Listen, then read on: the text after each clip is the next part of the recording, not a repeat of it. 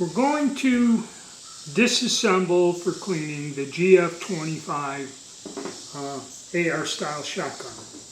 Now this one looks pretty much like the GF99 Deluxe, but it kind of isn't. It's different. There's certain features and parts that are the same, but internally and how this gas system works is totally different. My advice to you is, if you're the type of person that loses things, the one nice factor about this is it does have interchangeable chokes. But if you're the type of person that can't keep track of stuff, you need this spanner wrench to disassemble this gun. Okay? So if you're the type of person that loses stuff or doesn't keep track of it or throws the box out with everything in it, I would strongly suggest you don't get this model. Now, we'll start off by clearing the weapon like it says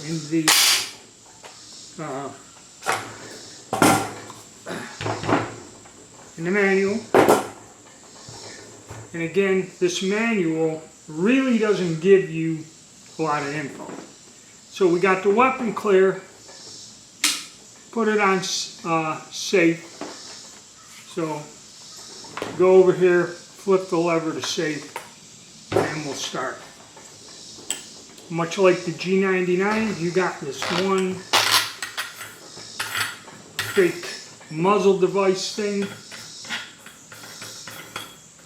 that holds everything together. So you pull that off. Alright. Then the handguard comes off.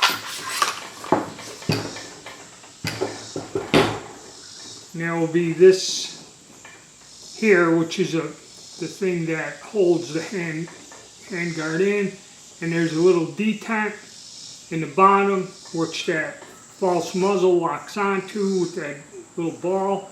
So remember, when you put this back, it goes in like this, detent up. Alright, and as we all notice right now, the gas system is a tad bit different than what the others are. Now let me think. I believe the next step would be to remove. Okay, once we get to this step in the manual, alright, we've identified those parts. It states we leave the handle alone. We'll move in here. Is take this ring here, this locking ring, and this is where this gas system is different. You take this locking ring off, and if you slide this down,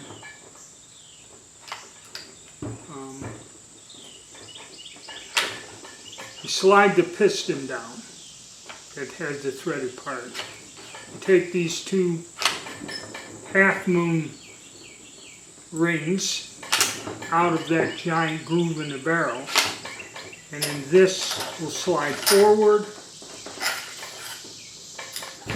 along with the piston, which the piston on this one is different. And there is, like we had on it, if you look inside there is a rubber O-ring. Now the little rubber O-ring is critical to the operation of these guns, and that's what we ran into the other one. So set this aside. And like I said, I don't really know how this works. But these two rings and this here, I believe that would be permanent. This doesn't move. Okay, and then the piston does. This gun comes with one piston. And another thing, if you look, this thing has ports in the barrel all the way around, 4 ports. Okay, which is something unusual. I've never seen nothing like this before. Most of the others have the barrel with that lug underneath, and there's 2 ports that come through the barrel and go down and hit these pistons. This has 4 ports around it. This is, and I've seen a couple other models are built like this, so it's totally different. So we'll put these out of the way. Okay, the next step, and this is where this also gets unusual, is right inside the receiver here, there is a locking ring. Like a castle nut. And that's what this wrench is for. Basically,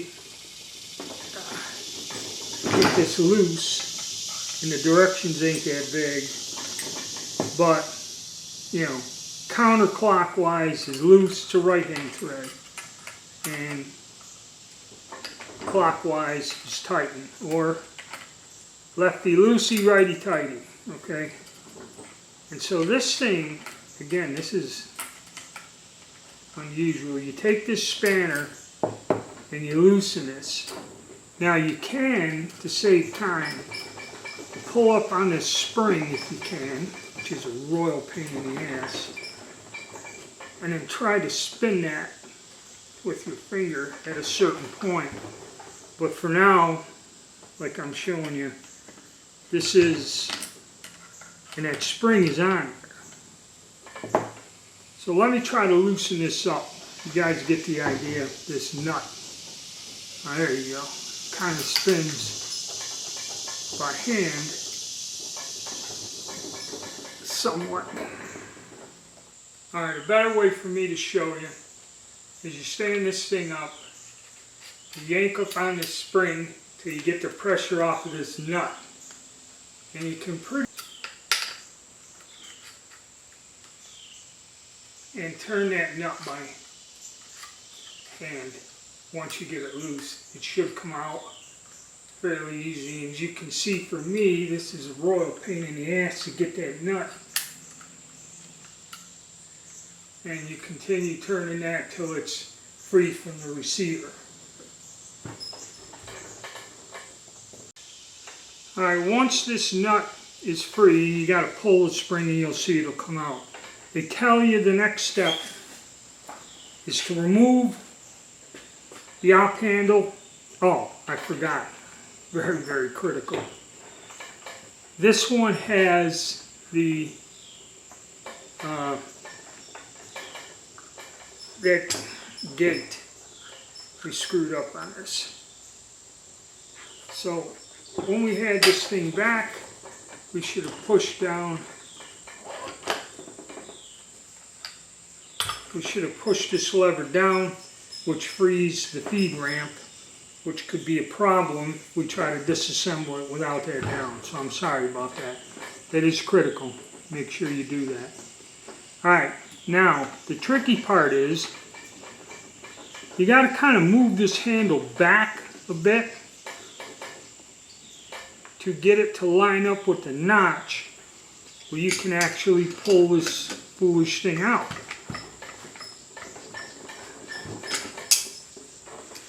Okay. And like I said, this rubber handle just kind of pops off.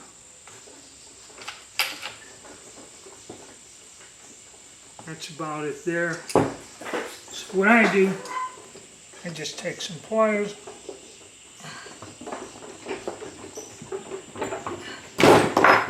and get it out. Okay. Now that we have the handle out and all this other fun crap, we're ready to just take the whole assembly, and I guess,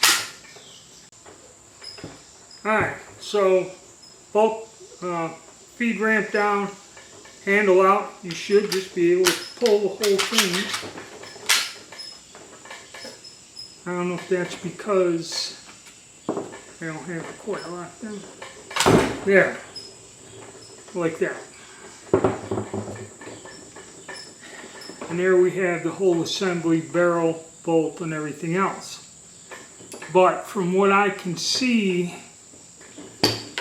so we'll take the lower, or the receiver out of the way, and this is where you have your barrel and bolt and all this other stuff. And the only thing you can do is kind of slide this back, get that bolt off. But I don't know if this thing will, it doesn't look like it'll come off. I don't know how they got it on there or what. Look down the barrel, make sure you don't have a silica pack in there.